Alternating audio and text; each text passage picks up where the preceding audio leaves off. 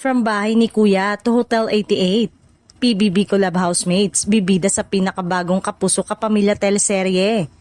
Muling gumulat ang showbiz world matapos kumpirmahin ang isa na namang historic collaboration ng GMA Network at ABS-CBN Studios.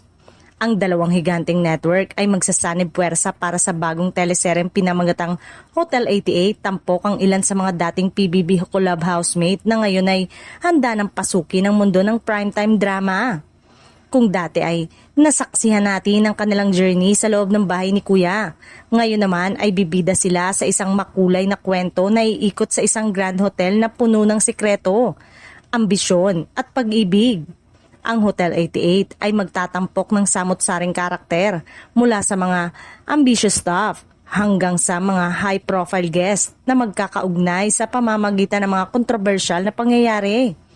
Bagamat hindi pa kumpletong inilalabas ang buong cast, ilan sa mga parte ng teleserye ay mga housemate na matagal nang inaabangan ng fans na muling magsama sa isang proyekto.